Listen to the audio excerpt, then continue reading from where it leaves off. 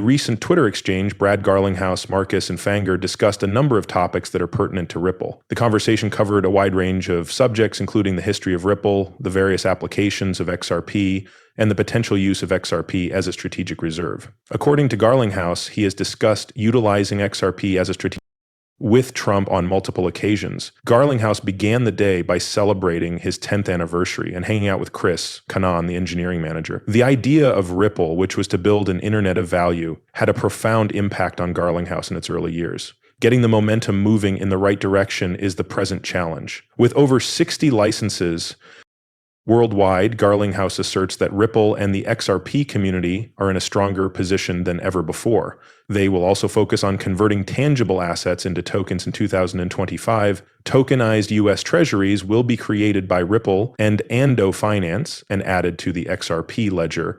Garlinghouse added that many people are still unsure of how the biggest economy in the world would go from being in a bad place to being in a good one. However, a mix of skill and luck has put Ripple in a strong position in this regard. Garlinghouse also discussed the various applications of XRP and Layalist. Because tribalism and misinformation are so common, he emphasized the importance of being able to distinguish between the two. Because of its effectiveness and ownership of XRP, Ripple remains committed to the XRP ecosystem, claims Garlinghouse. The native coin on the XRP ledger, which is required for the SIL ledger and gas reserves, is XRP. Conversely, it can also be used as a bridge asset to facilitate international and cross-border payments. Stablecoins like USDC and Tether have been used by Ripple for a long time. When the company switched from traditional banking to blockchain finance, which is based on distributed ledger technology, or DLT, it felt that it had a real chance to have a influence in this industry. They believe that in order to make payments on the blockchain, stablecoins are required. Stablecoins will play a bigger role in on-chain payments as the number of tokenized assets on the XRP ledger increases. Because users had different needs, Ripple was minting about 20% of the USDTC, according to Garlinghouse.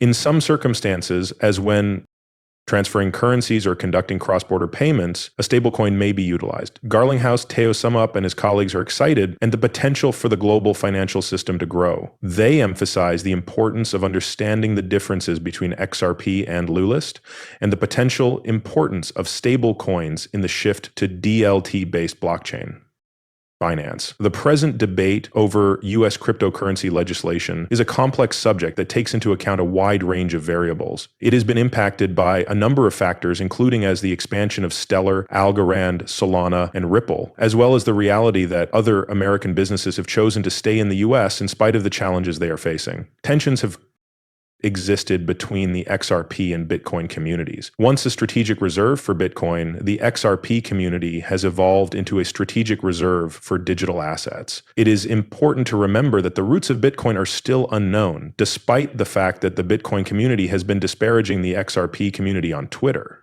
In spite of the challenges they are facing, he ought to support American companies such as Ripple, Stellar, Algorand, and Solana, as well as other American companies who have decided to continue operating in the United States. This would ensure that there is sufficient space for everyone and that Bitcoin will not come close to covering the United States' debt. The United States government has demonstrated throughout the last 4 years that it is committed to prioritizing the interests of the nation by fostering innovative concepts and sectors. Expanding the industry to encompass more than just one asset is becoming more and more necessary.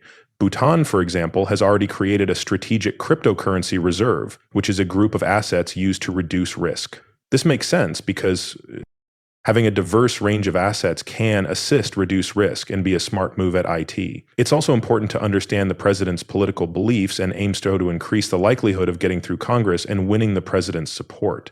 The potential benefits of a cryptocurrency strategic reserve, such as the potential to reduce the amount of money required to pay down the national debt, must also be taken into account. Beyond the XRP ledger, the United States also owns treasuries valued at over $30 trillion. The United States might benefit from a more dependable and effective Bitcoin market if it were to include these treasuries in the network. There are numerous facets to the ongoing debate over U.S. cryptocurrency regulation, making it a complex issue. The United States has shown that it is committed to helping American businesses, such as Algorand, Solana, Stellar, and Ripple. However, It's also critical to recognize the potential benefits of a cryptocurrency strategic reserve and the need for a more well-rounded approach to address the issues now plaguing the Bitcoin industry.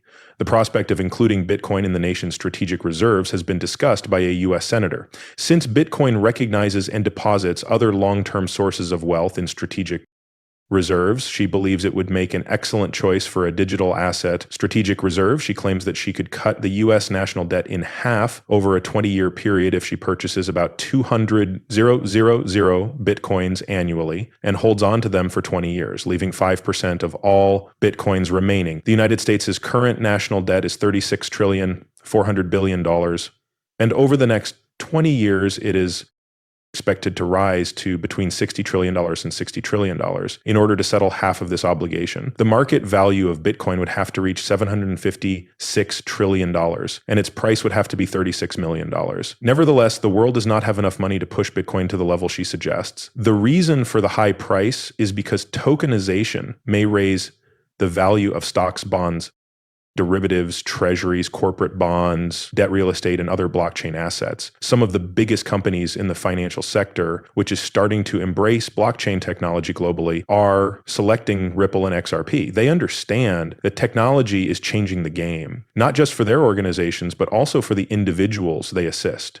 In order to ensure that their clients are satisfied with their services, banks are necessary. Smaller banks will also fail to adapt if the bigger banks do not make this shift, which would lead to a loss of customers. In an interview with Brad Garling, the speaker stated that they thought Bitcoin and XRP would succeed in the future. He stated that as long as they can obtain additional information about XRP, they are willing to come to an agreement with the SEC. Bank of America, a significant Ripple partner, will have a significant competitive advantage over its rivals, Dotbretts, if it begins utilizing XRP in the market. One of his daily objectives is to make a positive impact on the world, which aligns with Navi and JIPA's values. Cryptocurrency expert Loomis urges listeners to consider getting engaged and lending support to XRPTO and Bitcoin. In the international financial market, they thrive